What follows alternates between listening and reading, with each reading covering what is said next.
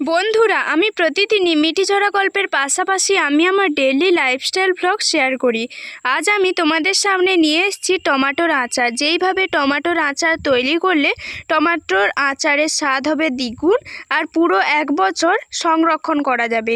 তো চলো বন্ধুরা, আজকের এই টমেটোর আচারের ভিডিওটা শুরু করি। মিঠিঝরা ধারাবাহিকের নতুন আপডেটে দেখা যাচ্ছে যে ভাগ্যক্রমে 3 মাস পরে আবারও রাইয়ের মুখোমুখি হলো অনির্বাণ। স্ত্রীর খোঁজে রাই যখন উদ্বিগ্ন হয়ে পড়ে, ঠিক তখনই অঞ্জনের বউ এসে বলতে থাকে, দেখো রাই, আমি মানছি আমার শ্বশুরমশাই যে কথাগুলো বলেছে সেটা একদমই ঠিক করেন বলে তুমি ঝুঁকের বসে এমন কোনো সিদ্ধান্ত নিয়ে ফেলো না যার ফলে কিনা তোমাকে পস্তাতে হয়। যাই হোক না কেন, গত 3 মাসে তোমাকে যেভাবে আমি চিনেছি, এই জায়গাটা তোমার জন্য যোগ্য নয়। সেই জায়গাটাতে তুমি যদি চাকরি নিয়েও নাও, তুমি নিজে থেকে কখনো সন্তুষ্ট হতে পারবে না। রাই বলতে থাকে, দেখো, আমার যোগ্যতা বলে কোনো কিছুই নেই।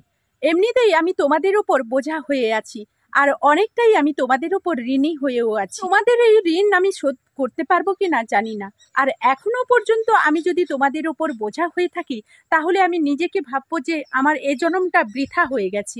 তোমরা আমাকে আর আটকানোর চেষ্টা করো না। আমি যত শীঘ্রই সম্ভব আমি এখান থেকে চাকরি বাকরি একটা খুঁজে নিয়ে চলে যাব। চাই না আমার কারণে তোমাদের সংসারে কোনো রকম কোনো অশান্তি হোক। অন্যদিকে চাকরির খোঁজে রাই রাস্তায় নেমে পড়া মাত্রই তখনই রাস্তায় অনির্বাণের অফিসের একটা ভ্যাকেন্সি দেখে, আর সেই সময় সেটা দেখে রাই কোনো কিছু চিন্তা না অনির্বাণের অফিসে চাকরির খোঁজে চলে যায়। একে হারিয়ে অনির্বাণ যখন 3 মাস পরে তার অ্যাসিস্ট্যান্টের উপর চিৎকার চেঁচামেচি শুরু করে দেয় রকচটা হয়ে, একের পর এক ইন্টারভিউ নেওয়ার পর বিরক্ত হয়ে বলতে থাকে, এসব কি, এরকম ক্যান্ডিডেট কোথা থেকে খুঁজে আনেন বলুন তো? এরকম ক্যান্ডিডেট হওয়ার থেকে তার থেকে আমি বলবো এরকম একটা এমপ্লয়কে এরকম একটা ভ্যাকেন্সির জন্য ইন্টারভিউ না দেওয়াটাই ভালো। আপনি কি একটাও যোগ্য ক্যান্ডিডেট খুঁজে বের করতে পারছেন না? এরকম করে যতক্ষণ না একটা যোগ্য ক্যান্ডিডেট খুঁজে বের করছেন ততক্ষণ পর্যন্ত আপনি আপনার চেহারাটা নিয়ে আমার সামনে আসবেন না। অ্যাসিস্ট্যান্ট বলতে থাকে, স্যার আমি কি করতে পারি বলুন তো? আমি তো অনেক চেষ্টা করছি, তা সত্ত্বেও আমাদের এই ক্যাটাগরির জন্য একজন ভালো এমপ্লয়ি আমি খুঁজে পাচ্ছি না। ঠিক একজন এসে রিসেপশনে বলতে থাকে, ম্যাডাম, আরো একজন ম্যাডাম এখানে ইন্টারভিউ দিতে এসেছে। তখনই অনির্বাণ বলতে থাকে, তাকে কি সময় বলে দেওয়া হয়নি? সময় যদি বলে দেওয়া হয়েছে তাহলে এত দেরি করে কেন ইন্টারভিউ দিতে এসেছে? আমার অফিসের রুলস আমি কোনো রকম ভাঙতে পারবো না এরকম একটা ক্যান্ডিডেটের জন্য, যে কিনা অফিসের প্রথম দিনই ইন্টারভিউ দিতে এসে এতটা দেরি করতে পারে। আমি ভাববো, আমার মতে মনে হয় যে এরকম ক্যান্ডিডেট এই অফিসে থাকার থেকে না থাকাই অনেক ভালো। প্লিজ ওনাকে এই অফিস থেকে এখনই বেরিয়ে যেতে বলুন, আমি ওনার মুখদর্শন করতে চাই না। তখনই রাইকে গিয়ে যখন বলতে থাকে যে, ম্যাডাম, আপনি আজকের ইন্টারভিউটা দিতে পারবেন না, কারণ আপনি অনেকটা লেট করে এসেছেন। রাই বলতে থাকে, দেখুন, আমি অনেক দূর থেকে এসেছি আর আমার এই চাকরিটা খুবই প্রয়োজন, আর এই চাকরিটা যদি না আমি পাই তাহলে আমার রক্ষে থাকবে না, আমার মান সম্মান সবকিছু ধূলিসাৎ হয়ে যাবে, আর আমার না খাওয়া সবকিছু তলানিতে গিয়ে ঠেলবে। প্লিজ আপনি আমার জন্য একটু অনুরোধ করুন, না হলে আমাকে একটু ভিতরে যেতে দিন। আমি ওনার কাছে ক্ষমা চাইবো, অনুরোধ করব, তাতে যদি উনি একটু হলেও আমার উপর দয়া করে। বলতে বলতে রাই যখন ছুটে গিয়ে অনির্বাণের সামনে বলতে থাকে, স্যার প্লিজ আমার একবার অন্তত ইন্টারভিউটা আপনি নিন। কিন্তু শুধু শুধু এমনি এমনি লেট করিনি, আমি যথাসাধ্য সময়ে আসার চেষ্টা করেছি। তাতেও এই কলকাতা শহরে ট্রাফিক জ্যামে আমাকে কোনো মতো সময়ে পৌঁছতে দেয়নি স্যার। আর যাই হোক না কেন, আপনি আপনার মানবতার খাতিরে অন্তত একবার হলেও আমার ইন্টারভিউটা নিন। দীর্ঘ বিশ্বাস, আমি আপনাকে কোনো মতেই নিরাশ করব না। বন্ধুরা, এই ছিল মিঠিঝরা ধারাবাহিকের নতুন আপডেট। তো বন্ধুরা, প্রত্যেক দিনের মতো আজও আবারও একটা নতুন রেসিপির সঙ্গে তোমাদের সামনে চলে এলাম। তো আজকের আমি তোমাদেরকে খুবই সহজভাবে টমেটোর আচার দেখাবো। তো এখন তো বাজারের সব থেকে টমেটোর দাম খুবই কম। আমি আজকে যেভাবে টমেটোর আচার বানাবো সেইভাবে যদি আমরা টমেটোর আচারটা বানিয়ে নিই তাহলে কিন্তু আমাদের জার ভর্তি ভর্তি আচার কিন্তু নিমেষের মধ্যেই শেষ হয়ে যাবে, এতটা দারুণ স্বাদের হয়।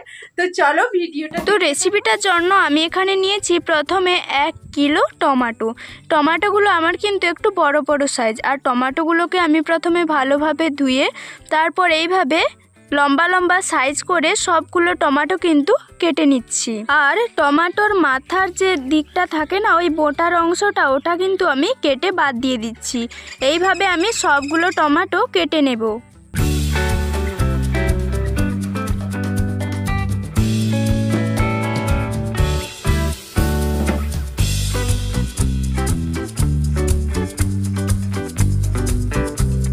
বন্ধুরা, আমি টমেটোগুলো মোটামুটি করে কেটে নিয়েছি আর এখন চলে যাব আচারটা। আমি কড়াইতে সরষের তেল দিয়ে দিচ্ছি,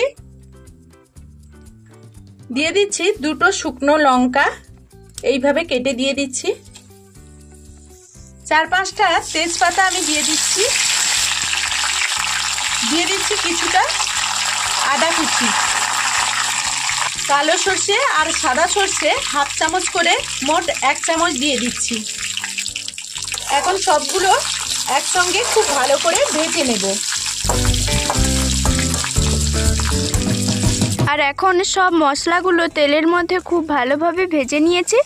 আর এখন এর মধ্যে অ্যাড করে দিচ্ছি কেটে রাখা টমেটোগুলো দিয়ে একটু খুব ভালোভাবে মশলাগুলোর সঙ্গে মিশিয়ে নেব, নাড়াচাড়া করে মিশিয়ে নিয়েছি। আর এখন এর মধ্যে দিয়ে দিচ্ছি স্বাদ মতো লবণ, তোমরা তোমাদের পরিমাণ মতো এখানে লবণটা দিয়ে দেবে। আর দিয়ে দিচ্ছি পরিমাণ মতো হলুদ গুঁড়ো। লবণ আর হলুদটা দিয়ে আবারও সব কিছুর সঙ্গে খুব ভালোভাবে নাড়াচাড়া করে একসঙ্গে মিশিয়ে নেব।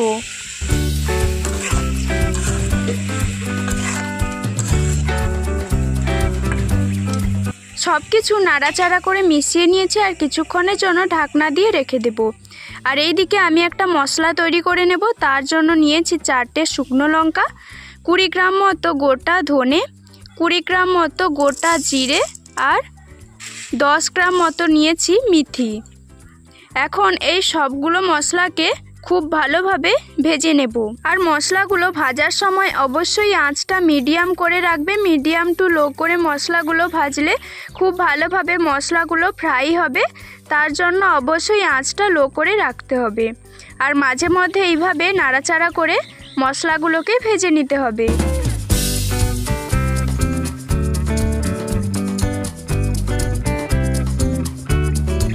আর এখন আমার মশলাগুলো খুব ভালোভাবে ভাজা হয়ে গেছে। এগুলোকে আমি শিলনোড়াইতে নামিয়ে নেব, নামিয়ে প্রথমে ঠান্ডা করে নেব, তারপর এগুলোকে বেটে নেব। সেই ফাঁকে এদিকে চলে এসেছি, কিছুক্ষণ বাদে ঢাকনাটা খুলে নিলাম। আর টমেটো থেকে কিন্তু অনেকটাই জল বেরিয়েছে দেখে বুঝতে পারছো। একটু নাড়াচাড়া করে আবারও আমি ঢাকনা দিয়ে দিচ্ছি। আর এই দিকে আমার মশলাটা কিন্তু খুব ভালোভাবে ঠান্ডা হয়ে গেছে। এখন এটাকে আমি একদমই মিহি পেস্ট করে নেব।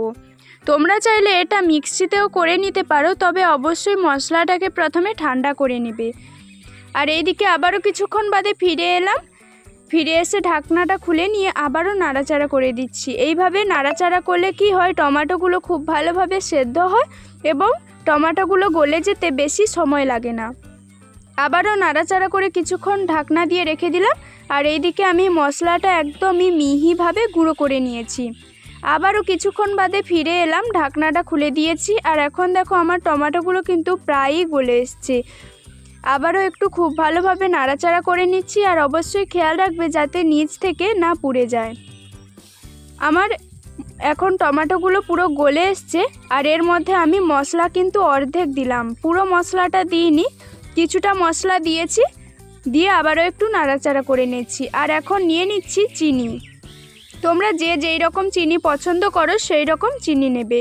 আমি এখানে 250 গ্রাম মতো চিনি নিয়েছি। পুরো চিনিটা একসঙ্গে দিয়ে খুব ভালোভাবে মিশিয়ে নিলাম। আর চিনিটা দেওয়ার পর দেখবে এটা জমাট বাঁধতে শুরু করবে। চিনিটা দেওয়ার পর খুব ভালোভাবে আবারও একটু নাড়াচাড়া করে নিচ্ছি। আর খেয়াল রাখতে হবে চিনিগুলো যাতে খুব ভালোভাবে গলে যায়, তার জন্য অবশ্যই আঁচটা লো করে এটাকে তৈরি করে নিতে হবে। আবারও কিছুক্ষণ বাদে ফিরে এলাম। আর এখন কিন্তু আমার পুরো চিনিটাই গলে গেছে আর টমেটোগুলো পুরো সফট হয়ে গেছে, গলে গেছে। এখন এর মধ্যে আমি দিয়ে দিচ্ছি কিছুটা লেবুর রস। তোমরা যদি এটা সংরক্ষণ করতে চাও তাহলে এখানে লেবুর রস কিংবা ভিনেগার দিতে পারো। আমি এখানে একটা মিডিয়াম সাইজের লেবুর রস দিলাম, কারণ এই লেবুর রস এখানে আচার কিন্তু অনেক দিন সংরক্ষণে সাহায্য করবে। লেবুর রসটা দিয়ে আবারও খুব ভালোভাবে নাড়াচাড়া করে নিচ্ছি। আর কিছুক্ষণ এটাকে জাল করে নেব। এমনভাবে টকবক করেই কিন্তু এটা ফুটছে।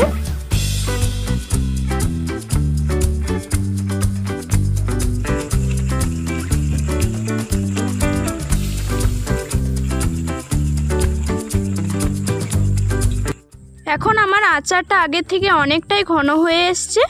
আমি এই রকমই আচারটা ঘন করেছি। আর গ্যাসের আঁচ বন্ধ করে কিছুক্ষণ ঢাকনা দিয়ে এটাকে রেস্টে রেখে দেব। পুরো 5 মিনিট বাদে ফিরে এসেছি। দেখো আচারটা কতটা ঘন হয়ে গেছে আর কত সুন্দরভাবে তৈরি হয়ে গেছে। এখন এর মধ্যে বাকি যে মশলাটা তৈরি ছিল সে বাকি মশলাটা আমি এখানে দিয়ে দিলাম। এই মশলাটা কিন্তু যে কোনো আচারে তোমরা ব্যবহার করতে পারো। এই মশলাটা আচারে ব্যবহার করলে আচারের স্বাদ কিন্তু পুরোপুরি দ্বিগুণ হয়ে যায় আর খেতে কিন্তু ভীষণই মজাদার হয়। আমার আজকের আচারটা কিন্তু খুব সহজে তৈরি হয়ে গেল। এখন একটা পাত্রে আমি সার্ভ করে নিচ্ছি। তো বন্ধুরা, তোমরা যদি আমার এই ভিডিওটা ফেসবুক পেজ থেকে দেখো অবশ্যই পুতুল ফ্যামিলির পেজটাকে একটা ফলো করে লাইক কমেন্ট করে পাশে থাকবে। আর ইউটিউব থেকে দেখলে অনুরোধ থাকলো সাপোর্ট করে এইভাবে এগিয়ে নিয়ে যাওয়ার জন্য। আর তোমরা অন্তত একবার এইভাবেই টমেটোর আচারটা তৈরি করে সারা বছর সংরক্ষণ করে নিতে পারো। আমি কাঁচের জারে এই আচারটা কিন্তু সংরক্ষণ করব, তাই কাঁচের জার একটা নিয়ে তার মধ্যে আচারটা কিন্তু আমি নিয়ে নিচ্ছি। তো বন্ধুরা, আজকের ভিডিওটা এই পর্যন্ত। এখনকার মতো বিদায় নিচ্ছি। সবাই সবার পরিবারকে নিয়ে ভালো থাকবে, সুস্থ থাকবে। দেখা হয়ে যাবে অন্য কোনো নতুন একটা ভিডিওতে।